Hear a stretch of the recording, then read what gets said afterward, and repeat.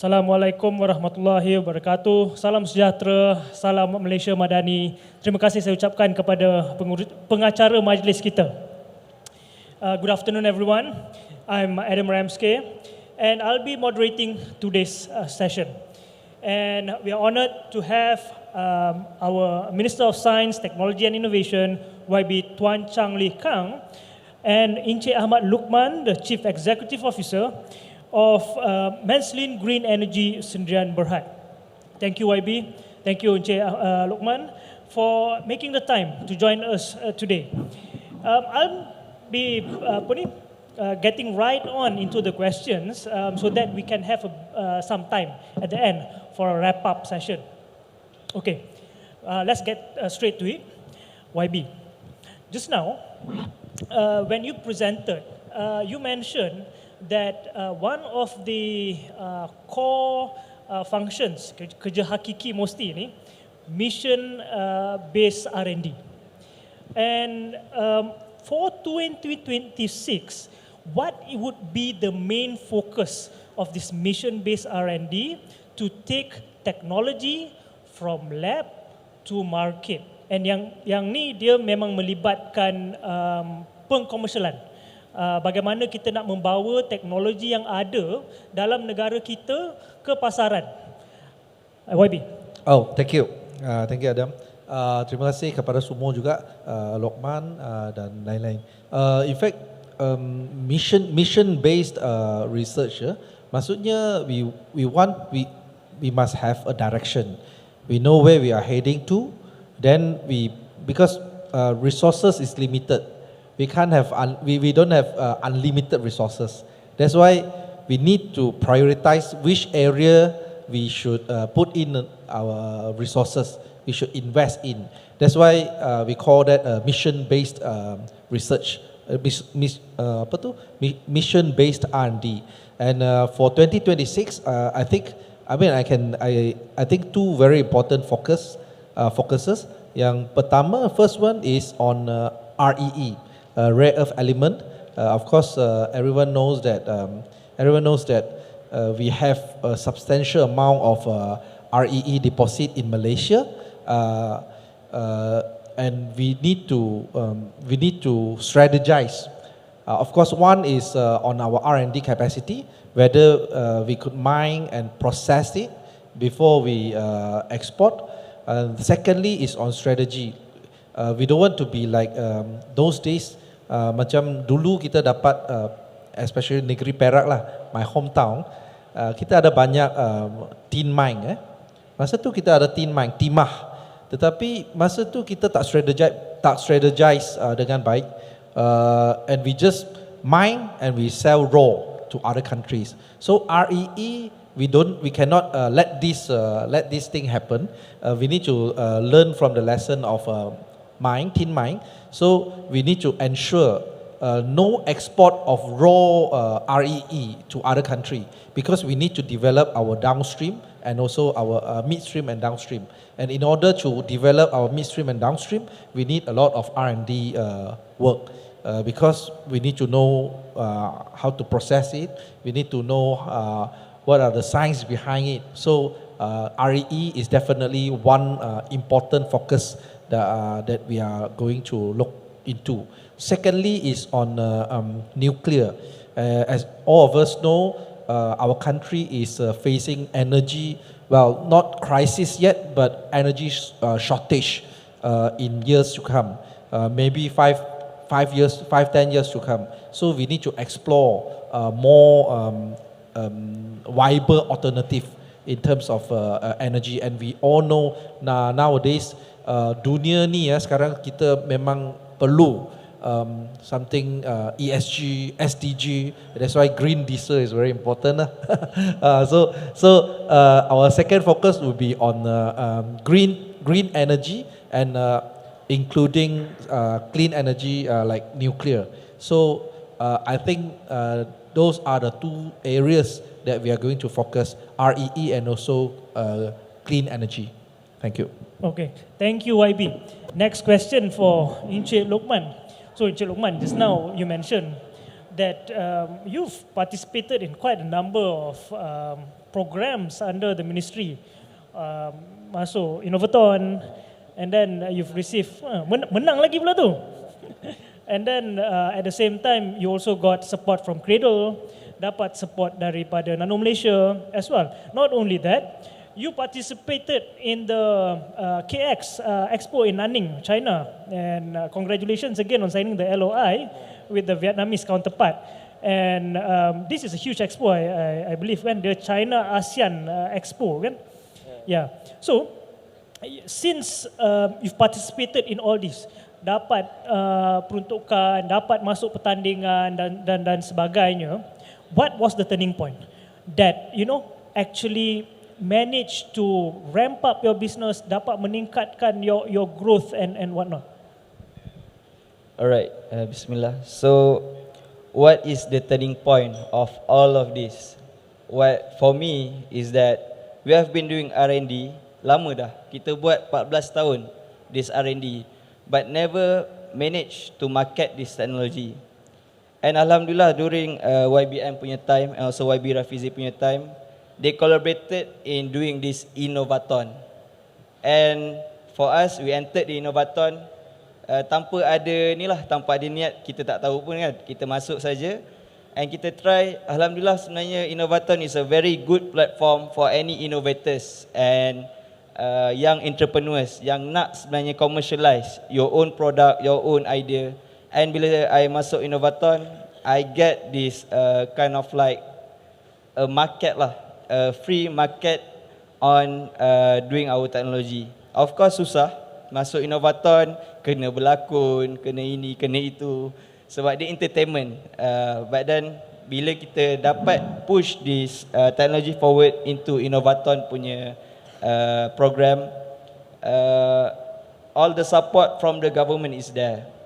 And even though you don't win in Innovaton, there's a lot of other support from the government that you can know about it. Bila you enter this program, a lot of support from Cradle, a lot of support from Kementerian Ekonomi, MOSTI, semua tu you akan tahu. Sebenarnya, it's actually a good platform for me to commercialize my idea and my innovation. Yep. Terima kasih. Boleh tengok Fazura juga. Fazura pun ada lah. Okay, terima kasih Cik Loman. It's been an interesting journey for you, I believe. And next question for YB. Like what Cik Lokman mentioned earlier, there's a lot of support coming from the government, be it from MOSTI, be it from the Ministry of Economy. And for our tech startups, there's quite a number of programs, be it funding, be it capacity building, market access support as well. And kita ada banyak agensi. Kita ada Cradle, kita ada MTDC, kita ada MDV, kita ada kumpulan modal perdana, and used to be MEFCAP dah sekarang dah jadi Jelawang Capital. Quite a number. Meranti pun ada juga di bawah MOSTI yang supports all the tech commercialization activities. So YB, just wanted to ask you, for next year, what are new things we can expect in the tech ecosystem, and more importantly, any good news for tech founders in our recent Belanjawan announcement? This is a budget Q&A. Well, I'm just because the budget just tabled last week, so we are still I haven't deep dive into the details. But then there are a few, of course, as I mentioned just now in my speech, is on the Dana National something, I forgot. But that is one that we allow lecturers who are spin-off companies owner to take 1 year sabbatical leave and to commercialize their products. With a fund of 10 million ringgit, and of course there are other schemes like I just glanced through and I have this impression, BSN, I think they are offering 150 million ringgit for startups. It's a loan, of course, but still is something that could help our startup owners. And what else? Well, there are quite a number of tax exemption, but the one I need more time before I can answer in a very confident way. But they are. And you see, for a country like Malaysia, we really need our startup to flourish very badly, because we can't be dependent on other countries, because given the situation, next year it will be very challenging, a lot of uncertainties. So we hope our startup can grow very fast. And startup like our Lokman's startup, our Menselin, we need them to grow very fast. So and of course, next year, I think we will have more fund for R&D. Especially on the two areas that I just mentioned just now, energy and also clean energy, and also IE. Yeah. Thank you. Thank you, YB. So there's a lot of things in store for tech entrepreneurs, tech startups for next year. And earlier also during YB's presentation, he mentioned about the single window that is available for tech entrepreneurs, tech startups, and I encourage everyone to register yourself at My Startup single window, www.mystartup.gov.my. Ada yang ambil ke? So, daftar dekat situ, it's free of charge, and you'll get to see all the available incentives, all the available programs, all the available funding that is being offered by the government and by private sectors for tech entrepreneurs. Okay, so Cik Lokman, so you've managed to benefit from all the programs that the government has to offer, kan? Daripada Innovaton, daripada Nano Malaysia, and so on and so forth. So you're quite familiar with what is being offered in the ecosystem, and if you have a wish list, kan? What do you think that a startup company like yourself, could benefit more? A program ke, more funding ke? I definitely know that you need more funding. You mentioned that earlier. But what is it that you need? You need so that startups like yourself can accelerate your growth. And another question on Belanjawan as well. If you could tweak one thing to add into the Belanjawan, what would it be? Okay, I'll answer both in which. First is that, have you ever know about GITA, which is Green Investment Tax Allowance? This is where private sectors, in which if they adopt any green technology, the amount of investment that they put in doing that investing in that technology, they can offset with their tax. But in GITA itself, you must have a matured technology. I've tried to apply for GITA. Dia kata kena ada ISO, you must have safety regulation, all of this. We startups, we don't have this. We are startups. We just build our company. So what can we do eventually to make this market of invention very attractive is that to put a clause that any adoption of local technology and local green tech startups technology, you can get 100% of green investment tax allowance. So this means that all of these startups in Malaysia have the same issue. We don't have financing. We can prove our technology, but we need the finance in. But how? So this is how. You put a clause where all of these huge sharks or huge business entities to eventually adopt all of these startups innovation in green tech as their own investment plan in the future. So this will accelerate all of the startups in Malaysia, whether it be green tech or whether it be AI, all of this will eventually grow fast. Thank you, Encik Luqman. So you're suggesting more private corporate participation in utilizing, in using startup solutions. Yep. Okay. Local startup solution. Not only that, they get the tax incentive as well with investments made. So I think that's a very good way forward. The tax incentives are already there. It's just a matter of getting our startups up to par in order for them to be eligible for the tax incentive. Okay. So, before we wrap up, do we have any questions from the floor? Ada yang nak bertanya ke? Do you have questions from the floor? Adik-adik kita, researchers. Yes, ada satu soalan. Mungkin Rustia boleh kongsikan mikrofon. Oh, ada mikrofon di situ. Okay. Okay, Assalamualaikum dan salam sejahtera. Nama saya Zahra Hadfina binti Zaki dari Politeknik Kota Baru. Saya mempunyai dua soalan yang ingin saya ajukan. Yang pertama, apakah bentuk sokongan atau inisiatif yang MOSTI sediakan untuk bantu startup berasaskan sains dan teknologi bagi menembusi pasaran global?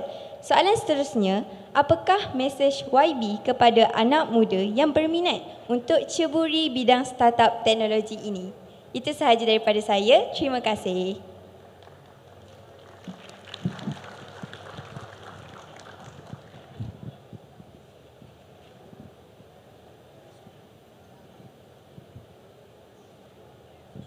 Okay, thank you. Terima kasih. Dua-dua soalan pada saya. Dia tak suka saya ke apa? Thank you. Terima kasih. Yang pertama tentang sokongan kepada startup company. In fact kita ada banyak. Saya ambil contoh sebagai contoh.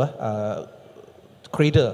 Cradle memang sediakan dua jenis, beberapa jenis skim lah. Ada CIP Sprint, ada CIP Spark. Dia tengok apa peringkat yang syarikat kamu berada dan dia akan putuskan. Dan CIP Spark boleh sampai ke 150,000. Itu adalah grant.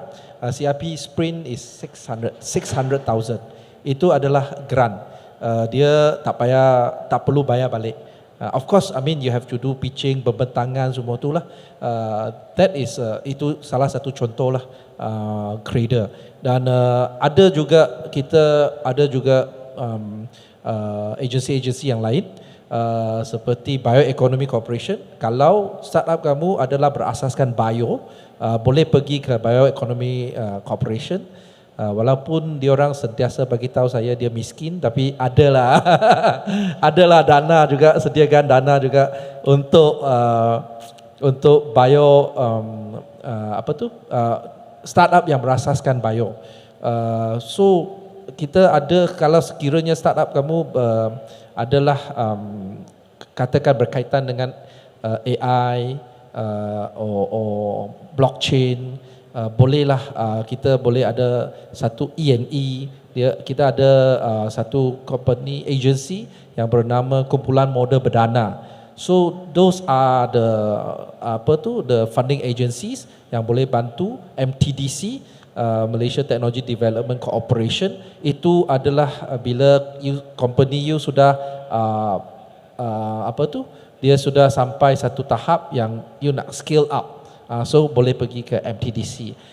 So all these funding agencies, selain daripada memberikan dana, mereka ada juga incubator program, connection untuk connect startup founders dengan mungkin VC ataupun pelabur yang potential lah, pelabur yang berpotensi, sama ada di dalam ataupun di luar negara. So all these agensi akan membantulah. Kita ada juga capacity building program. Kita ada program yang melibatkan semua orang, talent dan startup, founders dan funders dan lain-lain. So itu adalah Kita ada juga satu agensi MDV, Malaysia Debt Venture. Itu adalah satu agensi yang akan menawarkan loan kepada startup sebab yang dapat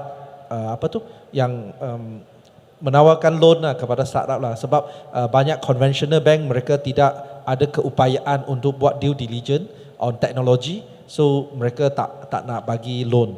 Tapi MDV ada keupayaan itu, so dia boleh beri loan. Dan that is mainly itulah beberapa agency yang boleh bantu. Second question is on message kepada orang muda. Okay, bagus. Saya ada satu message kepada bukan saja orang muda lah, semua orang. Yang pertama, kita kena ada sikap selalu lifelong learning. Kita jangan ingat lepas universiti kita tak perlu belajar lah. In fact bagi even saya pun hari-hari ada benda yang baru untuk saya belajar. Dan saya rasa sikap itu sangat penting lah. Kita kena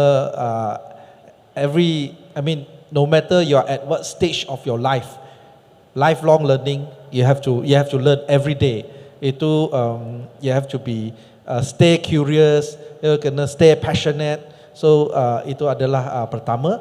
Yang kedua, saya rasa jangan takut pada kegagalan, as I mentioned just now. Jangan takut pada kegagalan. If you look at all these successful startups or successful startup owners, unicorn dan lain-lain, mereka semua pernah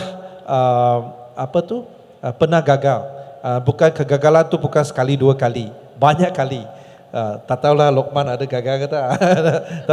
tapi memang untuk menjadi satu company yang berjaya memang pernah gagal banyak kali lah. So jangan takut pada kegagalan. Itu saja. Okay, thank you. Terima kasih. Terima kasih YB, thank you. We have time for another question. Any questions from the floor? Yes, we have another question. Bismillahirrahmanirrahim. Mungkin boleh perkenalkan diri? Okey, saya Dr. Hafiz daripada 𝐒𝐄𝐑. Saya ada beberapa soalan. Sebelum tu saya punya background study on rare earths lah, REE, seperti YB mention tadi. Pertamanya, terima kasih kepada YB MOSTI sebab polisi baru ni mengekang untuk ekspor REE yang raw keluar. So sebenarnya itu menjaga kedaulatan sumber kita lah di Malaysia. Soalan saya, ada 3 fokus MOSTI tadi. Satu REE, yang kedua nuklear, yang ketiga berkaitan dengan green energy kan. Cuma yang REE tu sebab kita agak clear, cuma dengan nuklear punya future ni kita masih macam tak tahu ke mana. Sebab tu bila kita dapat grant contoh REE, so saya cuba kaitkan antara REE dengan nuklear. So di REE ni kita boleh produce thorium, uranium.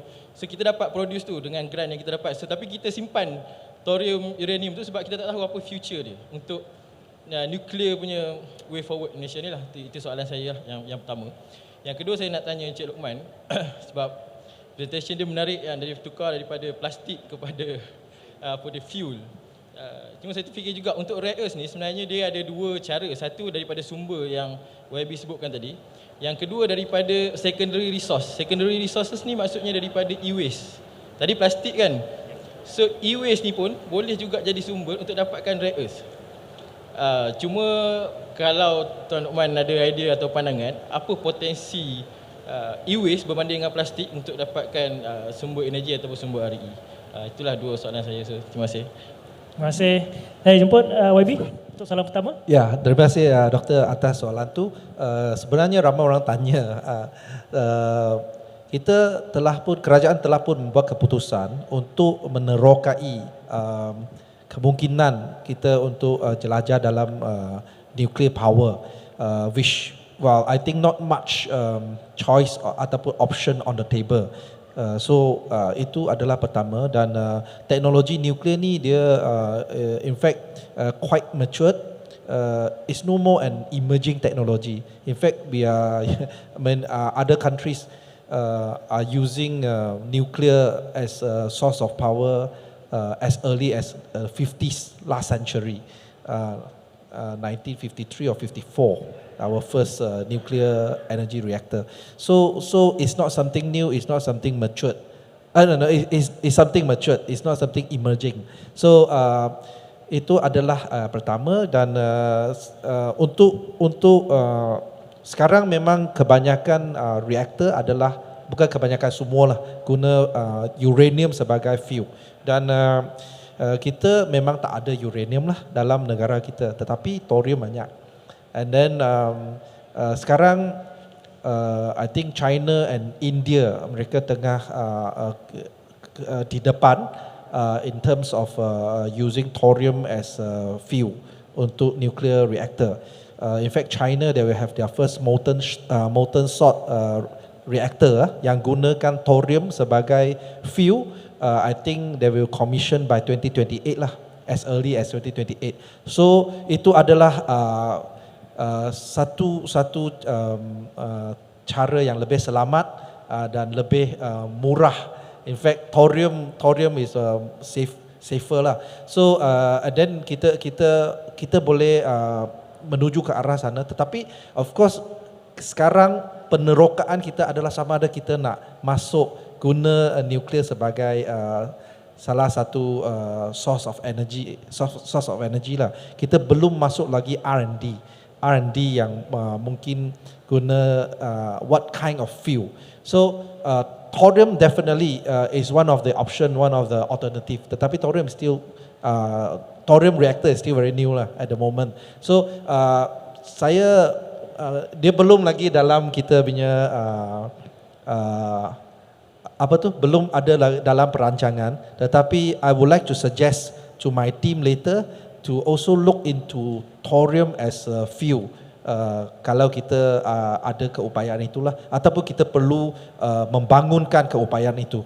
So will be more R&D on that thorium reactor lah. Thank you. Seterusnya, Cik Lokman, soalan kedua. Alright, actually on the e-waste, there's a lot of sectors in Malaysia dah buat benda ni. So they can recover all of these rare earth element lah daripada e-waste ni. So how they do is that they have this gasification punya reactor, masukkan all of these e-waste, and they can extract all of these orang kata as a critical mineral lah, as a macam palladium, ada molybdenum, all of that dia boleh extract. And what they do with this business is that they actually export all of these critical mineral ni to overseas, such as Singapore, US. And of course, if UMK wanted to have one unit, maybe a small unit of gasification reactor that can actually extract all of these e-waste punya critical mineral ni, we can do that also. We have our own partner here in Malaysia, a local inventor. They build this technology and they have already got DOE certified, supaya dia punya emission bila release keluar tu tak kena any akta atau any penalty from the DOE. Terima kasih, Cik Lokman. So, if I can summarize our session for today. So, from MOSTI, we've got mission-based, demand-driven R&D in REE, in nuclear. And then as YB mentioned earlier, and what Cik Lokman has benefited from, there's a lot of incentives, a lot of programs, a lot of funding available for tech startups. It's just that, tuan-tuan, puan-puan, kena tahu mana yang sesuai untuk kajian ataupun teknologi tuan-tuan. Ada yang dekat bioekonomi, ada yang di Nano Malaysia, ada di Cradle, MTDC, Meranti dan sebagainya.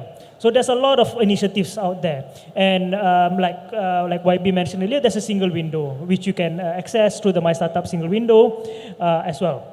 So before we end our session today, mungkin YB, any last words for our audience here today in UMK? Thank you very much, Adam. Thank you very much to all. In fact, I have already said, mainly I have said that on the advice to students and also our researchers lah. Just stay curious, lifelong learning, and don't afraid of failure. Dan saya rasa itu adalah yang paling penting, bukan saja dalam the field of R&D, tetapi juga in our life lah. Dan yang keduanya adalah tentang MOSTI. In fact, ada MOSTI sangat suka untuk kerjasama dengan all the stakeholders, university, industry players, and whatnot, especially students. Kita suka kerjasama. So sekiranya ada apa-apa yang mungkin you rasa bolehlah kerjasama dengan MOSTI, I have already told you what are our kerja hakiki, what are our role. So if you think you can work with us, you want to collaborate with us, by all means, please contact MOSTI. So saya rasa itu saja. Yang penting we need to be scientific lah. Kita jangan sebab saya perhatikan satu fenomena di mana kita orang zaman sekarang dia suka tengok social media. TikTok ke apa ke, tapi our attention span is very short. Kita just want to look at the tajuk. Dia cakap apa pun kita akan percaya. So bagi saya itu adalah sikap yang tak baik. Sila kita verify, kita kena fikir dengan scientific, sebab ada benda-benda yang tak scientific pun kita percaya, ada kalanya lah. So I think those are the advice that I would like to give. Yang penting give science and technology a chance, give our country a chance. Itu saja. Thank you. Terima kasih YB, very good advice. Dengar semua apa YB cakap. Okey, seterusnya, any last words, Cik Luqman? Alright, so from me what I can say is that anything you do it with passion. Buat apa yang you guys minat. So contoh sekarang you are learning on engineering, but you don't feel doing engineering, but strive your best, get the best in engineering. And after that, you do what you like and try to implement what you have learned from engineering. I always give this example lah, like my friend. He's a Dean List, a UTP graduate in mechanical engineer, but right now he is selling cars. And he's making good money. Per month you can get around 20,000 ringgit, 15,000 ringgit. But why? How can he succeed in this is that he have a passion in cars. He likes BMW. So every day, every night you can see him watching these videos, apa BMW punya parts and whatnot. I don't know anything about that, but he knows about it and he's very good on it. And bila he want to tell on the customer side, he tell it with passion. So bila you ada minat in anything you do, you can actually succeed in life, insyaAllah. Okay, thank you Encik Luqman. With that, we end our session today. Thank you very much YB. Thank you Encik Luqman. Assalamualaikum warahmatullahi wabarakatuh. Waalaikumsalam warahmatullahi wabarakatuh. Thank you once again to all panelists. We are going to move on.